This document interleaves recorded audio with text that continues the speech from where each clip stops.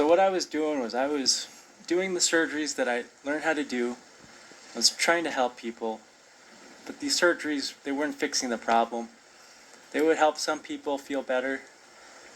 Some people would feel the same. Some people would be worse. A lot of people I saw in clinic, I had to tell them that, oh, surgery's not going to help you. And of course, they would be devastated because I was sort of their last hope.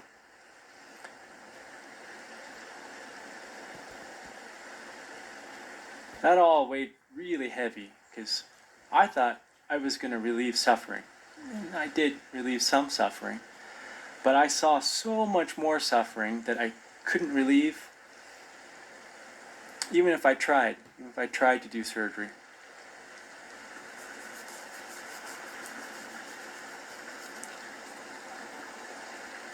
I'm going to change the battery. So a physician assistant that I worked with, he made a good analogy that the surgeries we were doing is like this. It's like you have a house, and the roof, the top of your house has a leak somewhere, and rain water is coming down into the house, and it's ruining the drywall, and you can see it. You can see water damage. The surgeries that I could do were like going into that house, tearing down that drywall, ripping out the moldy insulation, putting in brand new insulation, and rebuilding the wall. But not fixing the leak in the roof. That's what I was doing.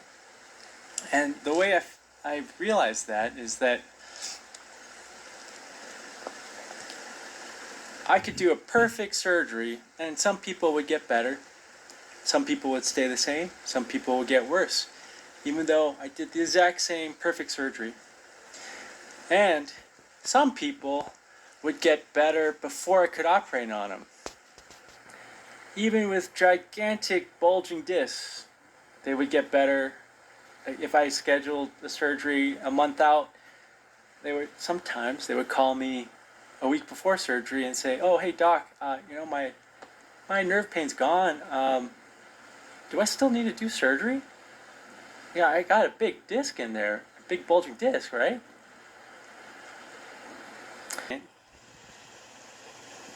Wait a second, this isn't quite what I thought it was. I thought that if I do a perfect surgery, people are going to get better. And it wasn't always the case.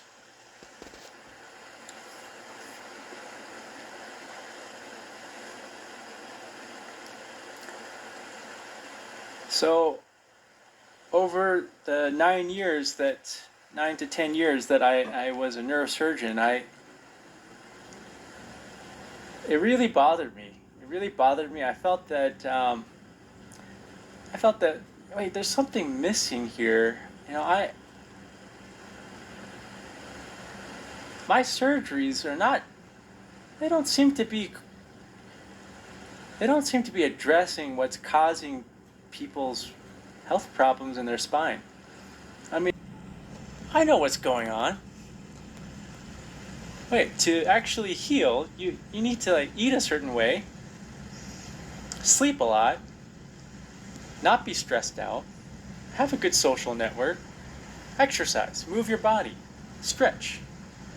If you do all those things, you heal. And when your body heals, it doesn't just heal a worn out joint in your neck or your back. It heals everything. It heals the worn out joint in your neck, your back. It heals the skin problem. It heals your digestive tract problem. It heals your hair issues. When your body heals, it heals everything. And that actually became a huge problem And let me explain why that's a huge problem. Because most people will say, wait, how is that a problem that you figured out how people are healing? It's a problem because our medical system isn't set up this way. Our I'm not knocking any hospital or group that I worked with. I had the privilege to work with really amazing people in amazing hospitals, amazing institutions. But the way that everything is set up in the whole country, it's not any particular hospital. The way things are set up is that the hospital needs to make money. They need to make money, they need to grow economically. They need to grow economically. And the problem there is that if you figure out a way to help patients heal, and that way doesn't include a pill or a surgery, well, then the hospital and the doctor are in big trouble, because if you figure out a way to help people heal and you can't charge them for it, well, then you've just worked yourself out of a job. Let's just say, like for example, there's a hospital in a town, and there's an X amount of people with back problems, and the hospital, there's a doctor. Say it was like me, Dr. Gooby, was doing, we'll just say 100 spine surgeries in a year to fix the people in the community's backs. And the hospital got paid, Dr. Gooby got paid, and it continued. Every year, 100 people needed surgery from Dr. Gooby. Well, the hospital's happy, Dr. Gooby gets paid. Dr. Gooby may not be happy with his life, but he's getting paid, and the hospital's getting paid. But if Dr. Gooby figures out, hey, yeah, you know what, this surgery can help some people, but really the best thing that people can do is eat a certain way, exercise, sleep, meditate, be mindful, and not be stressed, hang out with their loved ones and friends, and then their back problems will get better.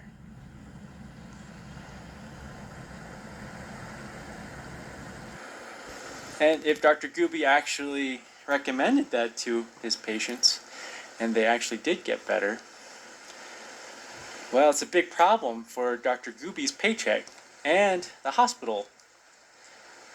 Because let's say in that town, let's say everybody ate more veggies and fruits. They really watched the salt intake. They did things that made them sweat, like being outside in the summer, exercising, enjoying fresh air and the nature, and spending time with their loved ones. And they slept 8 hours every day, and they meditated, and they weren't stressed out. Let's just say everybody who had back problems in that town did that, and they got better.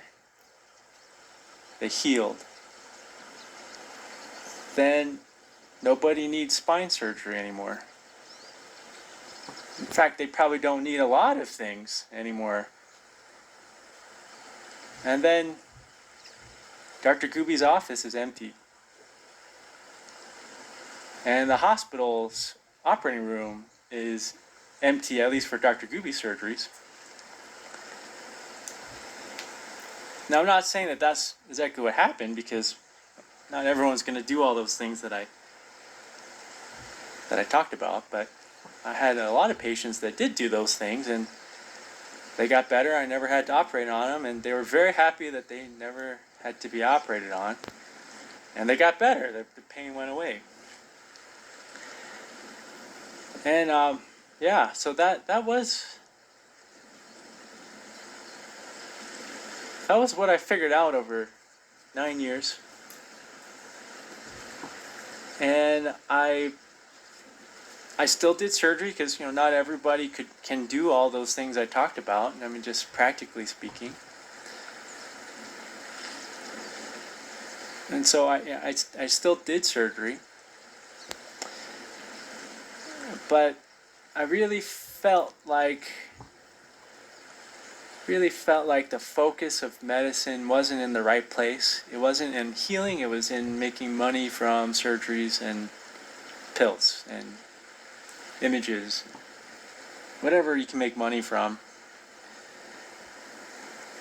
Again, I'm not knocking any particular place that I work. I worked for very good hospitals. People have good intentions, but the incentives are not right in the whole system, this whole country's medical system. Probably not just this country, but most countries. It's not about prevention, it's about therapies. So, yeah, once I figured out this problem, or figured out what was going on, it was a huge problem for me ethically. I was doing surgeries that I knew weren't fixing the underlying problem. They may be fixing the drywall and taking out the insulation and putting in brand new insulation and putting a brand new drywall and some pretty color of paint on the wall, but it wasn't fixing the leaky roof. And so I didn't know what to do. I was doing a job that I didn't believe in anymore. It was the way I was getting paid, and I don't know how to do any other job. At that time, my wife wasn't working. I was the only paycheck. We don't have kids, thankfully. It makes things a lot easier. We have Doopy, our doggy child, and she's 7 years old. But yeah, we don't have like a human child. And yeah, I was thinking, well, I'm the only paycheck. I need to keep working. I need to keep going to this job that I don't believe in anymore. And that tore me apart. I gained 40 pounds. I was really sad. I was really angry, frustrated. Didn't have hope.